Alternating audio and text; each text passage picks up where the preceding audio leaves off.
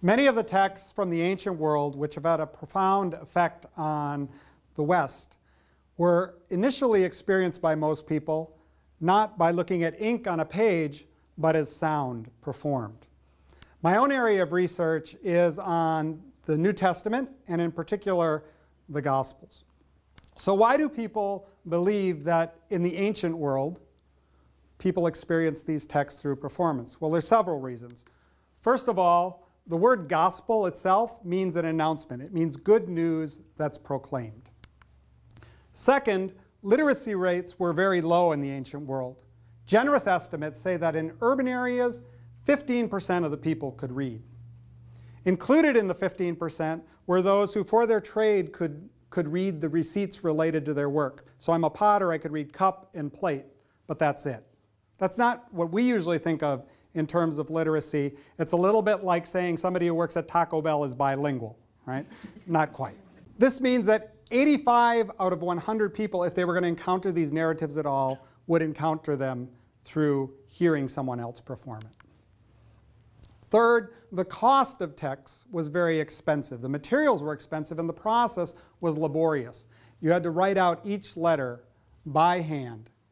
So it's amazing to me that I own on my shelves more complete copies of the Old and New Testament that the entire church had for the first 2 centuries of its existence. And finally, it was printed in something called continuous script. I've made a facsimile in English of what continuous script would look like. There's no spaces used, all capitalization, no punctuation. Right? I can read this because I know the story by heart, right? So it says the beginning of the, I can read it with my eyes closed, but I can read it looking at it, the beginning of the good news of Jesus the Anointed, the Son of God. But if one doesn't have it memorized, it'd be very difficult to pick it up and read it cold. We can see that if you had memorized this text, you might be able to read it. Let's look at a text that some of you have memorized.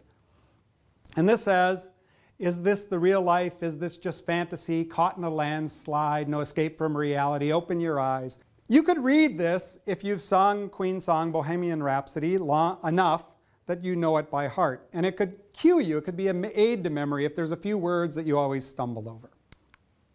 Let me show you a little bit what it would look like to experience a piece of Mark in performance.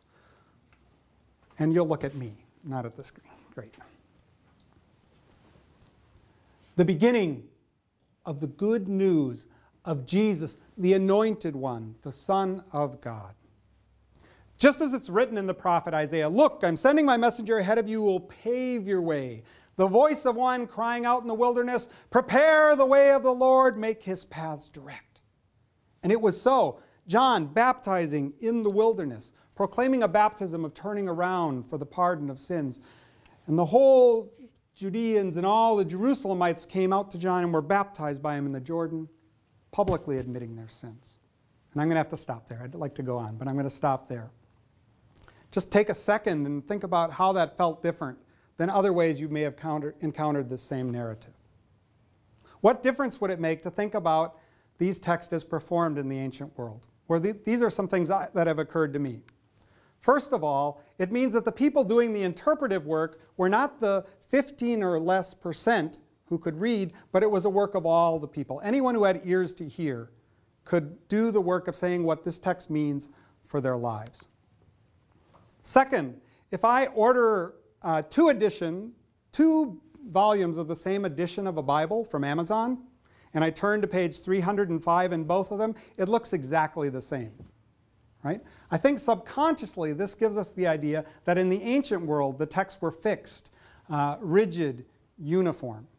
But if performance was the mode, each time it was performed there would be differences. It would be fluid. The storyteller would respond to the responses of the audience, and that would change things. I think that gives us a different understanding of how these narratives function.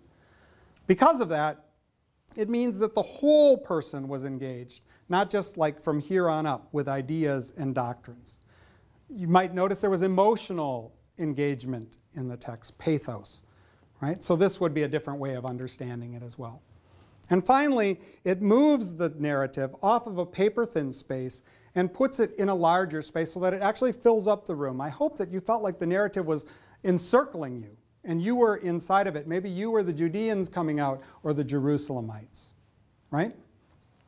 And that means that you come into the story with your story, the things that you've experienced in life.